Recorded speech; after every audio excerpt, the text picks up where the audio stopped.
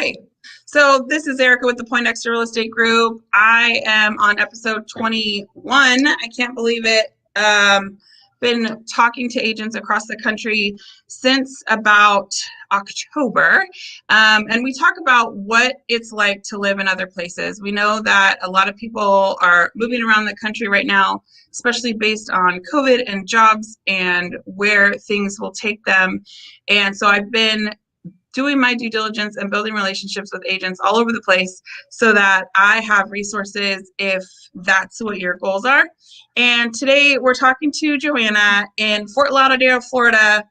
She's with Compass. And so Joanna, tell me a little bit about what you love about living in Fort Lauderdale. How long have you been there? Well, I'm born and raised here, so I'm native to South Florida. Born and raised in Fort Lauderdale, actually born in Miami, grew up in Fort Lauderdale, West Fort Lauderdale. So know all of the suburbs very well. The east side, west side, all are very different. So I think that makes me unique. A lot of people specialize in one area, but I've kind of lived and bounced all over the place, so I know all of the pockets very well. So yeah, I love it down here. So that's, honestly unique to a lot of the people that I've been talking to. I've had a lot of transplants on the show. And so I think it's really cool to connect with somebody who's lived in the area for a really long time and really understands like the lifestyle of different neighborhoods, and if there's certain things you want to be able to get to in a certain amount of time and like that kind of stuff. I think living and growing up there makes a huge difference, especially if you've never been somewhere before. Definitely. And I deal with I work with a lot of clients that are relocating, and I know that, we're going to touch on that a little bit. And a lot of people lean on me for the neighborhoods or the type of area based on the lifestyle that they live. And so, we dig deep into what they like to do, what type of foods they like to eat, what do they like to walk to things. And so sometimes they call me thinking they want to live someplace based on something they saw online, but based on the market knowledge and what I just know from living down here, I can kind of point them or guide them in a different direction. So what's different about living in South Florida than, say, I don't know, I guess people think Orlando is like right in the middle, right? Like what's different about South Florida compared to the rest of the state? I mean, not really sure because I don't live in the rest of the state. But I mean, I don't know, it's very lively down here. I think that's what I hear the most from like people that visit us from other areas. In terms of like cost of living, I know ours is a little bit higher. Like I have a lot of friends that are realtors in Orlando and Jacksonville and Gainesville and Tallahassee, and I see them posting and I talk to them a lot about like their housing, or even like Cape Coral on the west side. If you just go based on housing, you can get a lot more bang for your buck on the other coasts or other areas, but it's a lot more lively here. So a lot more people are moving here for a lifestyle. The beaches, people love to be by Miami. So I think that's why a lot of people are moving here as well. So it's just, that is awesome. How far are you from Miami? It depends. Miami is very large, and I think people and long, and a lot of people don't understand that. I get a lot of calls from Miami, and people, where in Miami is the question? Because it's very long. There's top of Miami. Like I said, I was born in Miami. North Miami Beach is where I grew up until I moved to West Broward. So there's North Miami Beach, there's South Beach, there's Key Biscayne. It's very long. So to North Miami Beach, I'm about 30 minutes. Key Biscayne, I could be like an hour depending on traffic. So it really just depends on where in Miami. Where in Miami you're trying to get to. But if you wanted to do like a day trip, you're close enough. So if like you're living in Fort Lauderdale. Yeah, for sure. If you wanted to land, come down for the day and, stay in Fort Lauderdale, you could hit Miami very easily. Yeah. Okay. So let's talk about housing prices, and something that we talked about before we started. And it was surprising. I use 500,000 as our median house point, as our as our price point, because that's about the median where I work. And so that always, it lands different everywhere I go, which is part of why this is so interesting. In certain places, that's a lot of money. In certain places, not so much. And we're finding, in Fort Lauderdale, there's not a lot of options in that price range. And I think that's a myth that is interesting to talk about, because people think leaving California, they're going to go into Florida and find something cheaper no matter where they go. And there's a variety of price points and options in an entire state. Because I'm not the most expensive place you can buy in California either, and I'm not the least expensive. And I think there's a range no matter what part of the country. And so when you have people that are relocating, what are their expectations versus what reality might be? So like I was telling you, I work with a lot of clients that are relocating. And the biggest feedback that I get, or misconception that I get from these clients once they get down here, is the amount of land that they think that they're going to get.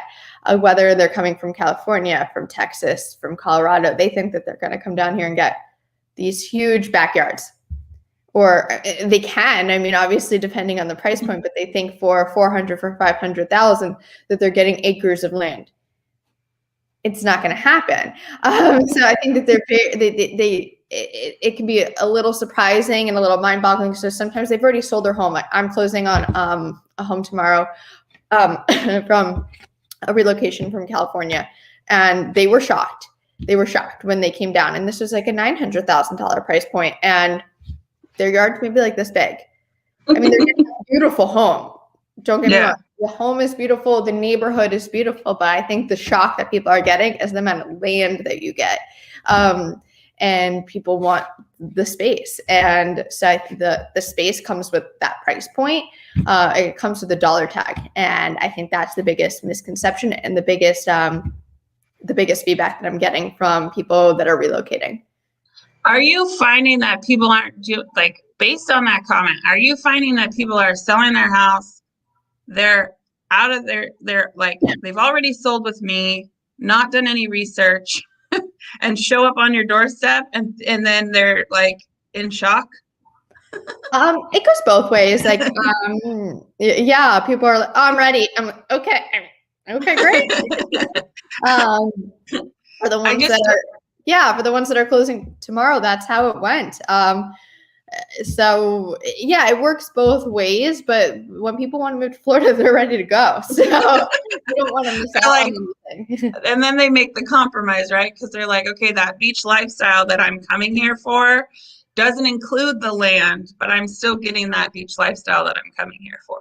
Yeah. And then I have others that are taking their time a little bit more. I have a couple that are moving from Boston that realized, okay, this is going to take me just a little bit longer. I'm not getting what I'm looking for. Our inventory is moving super quick. So they put themselves in a month-to-month rental starting in May, and we're just going to slowly start looking for things. So everybody's different. But for those ones that did sell before calling me, they have to give up a little bit more because they put themselves in this predicament of, shoot, now I need a house and I need somewhere to live. So this particular family, like their must-have was a pool. They didn't get a pool. There wasn't one with a pool. There was four houses to show them when they came down. Yeah. So yeah. We have the same inventory issues. It's pretty crazy. And, we're always talking about a lot of what I talk to my clients about is just taking your time, really narrowing down what that absolute must-have list really looks like and what you're willing to compromise on. Because everybody wants a pool right now, especially if we're not going to be able to do as much traveling still this summer. They want something to do at home. Yeah. So 549.9, this is our first house. 4 bedrooms, 3 baths, 2,800 square feet. This is single family. Hold on, I wanted to go back to, this is over here in Plantation, Florida. So you're a little bit away from It's about 15 minutes, 20 minutes west of Fort Lauderdale. This is a very desirable area. You get more land than you do in Fort Lauderdale. Fort Lauderdale is like the hub. Plantation is a bit more west. A lot of families are moving out of Fort Lauderdale into Plantation for the space. This house in Fort Lauderdale would probably be about double the price. Mm-hmm. And it's still not even, I know you had asked me, hey, send me some homes for $500. I couldn't even find any to send you. So even I had to up the price point, and it's not even significantly upgraded. This house is going to be off the market in a day. Yeah. Yeah, and this is about, I would say, comparable as far as finishes and upgrades needed and things like that. I would say that it's a fair trade at this price point for the size, especially with a pool in where I'm at too. I think it's like a like for like as far as cost wise. Tell me a little bit about taxes, because I think that that's something where there is a savings there. How is your property taxes figured out? Our property taxes are very different down here than in other states. So a lot of it, one, it's based on your purchase price after you purchase the home. It reassesses for about 1.5% of the purchase price. But before that, and a lot of people get confused about that when they're looking at the property taxes of the current homeowner. It could be based off of how long they've owned the home. For example, when I purchased my home, it was from the original homeowner. The taxes were like $1,000. It's going to reassess. So it reassesses to the purchase price. And like I said, it's about 1.5% of the purchase price. So a lot of times it's dependent on how many times that house has changed hands. Yeah. Because it's going to reassess. It's the same way here too. I think the middle of the country does it a different way, where it's like just a flat amount and it doesn't matter what the price of the house is or whatever. Yeah. And then, we definitely have the same, this works the same way. It's based on the purchase price of the house, and it's about 1 to 1.5%, depending on if there's any other fees in that neighborhood or anything like that. Yeah, and so we just have to make sure to tell our buyers that, like, yes, your mortgage payment right now is based upon these taxes, but prepare for your new taxes. Right. So we pre-approve you and do all of that based off of this, but prepare for the next one. Yeah. So now this is in Fort Lauderdale, and this is 3 bedrooms, 3.5 baths. 2,300 square feet townhouse. Yes, it's 3 stories for $549. This is cute. This is very standard of what you see on the east side. So there's east and there's west. What we just looked at before was west side. This is east side. So this is very like close to the beach, close to the restaurants. This is very desirable side. This is what a lot of the area where everybody says that when they're relocating that they want to come down to. But the price point's a lot higher. You can't find a single family home in this price point unless you're going to completely gut it. So that's why I couldn't even find one to send you. So you're more looking at townhouses. And a lot of them are triple story, very newly renovated. There's also a lot of new inventory. There's a lot of new developers coming in, taking them down. I just toured a new buyer there. I think I took them to like 4. And they're all like tri-story, beautiful. And this is like the price point. This to like about $850. I was just like sitting on this bathroom because this is a really pretty bathroom. Right? I love like the tile. Yeah, the tile is super pretty. It's like rustic, modern. I don't know. It's like a good mix of like styles where it just feels really good. I don't know. Yeah. I'm no designer, that's for sure. And I love the outside of this feels like living on the beach to me. Exactly. So this is a lot of what you get. It's a lot of younger families, young professionals, and then typically then they start moving out west. But this is the area that a lot of people want to live in. As you could see on the map, look where it is in relation to the beach. Yeah.